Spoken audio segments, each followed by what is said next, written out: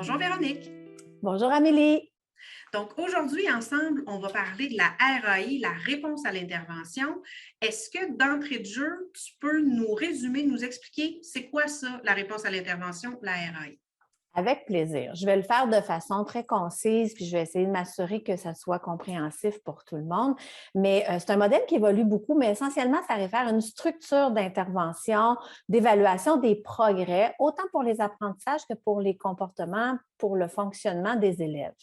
Euh, Puis l'origine de ce modèle-là, en fait, c'est comme si c'est un modèle qui est venu contrecarrer le modèle initial qui était plus un modèle wait to fail, en français, attendre l'échec. De façon vulgarisée, dans le fond, au Québec puis aux États-Unis, la philosophie, c'était de laisser du temps aux élèves pour apprendre, pour s'ajuster, puis quand ils n'y arrivaient pas comme prévu, alors là, on mettait des interventions en place une fois qu'on constatait que finalement, l'élève, il ne progressait pas comme on souhaitait.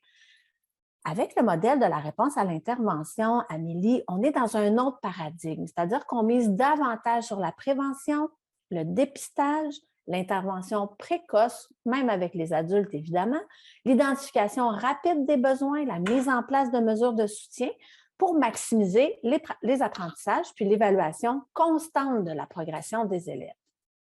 Donc, si je comprends bien, par rapport à un modèle qui était utilisé auparavant, pardon, le wait to fail, où on était vraiment dans l'attente de l'échec de l'élève, là, on se place vraiment en posture de prévention en amont avant que la difficulté survienne.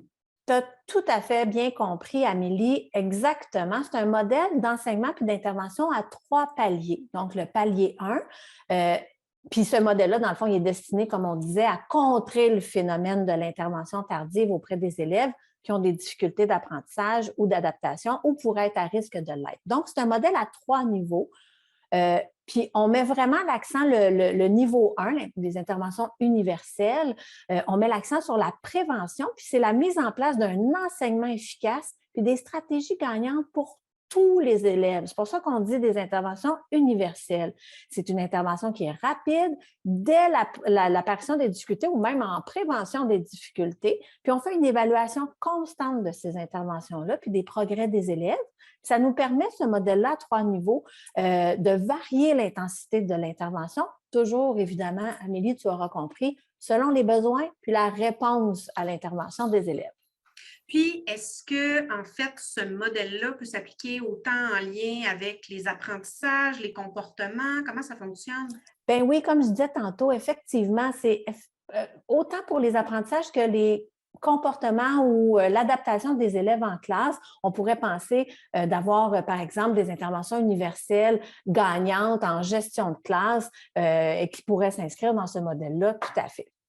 Excellent. Ben, je te remercie beaucoup, Véronique. Je pense qu'en quelques minutes, on a fait un tour de piste, un résumé de ce qu'est la réponse à l'intervention. C'est gentil d'avoir pris le temps. Merci beaucoup.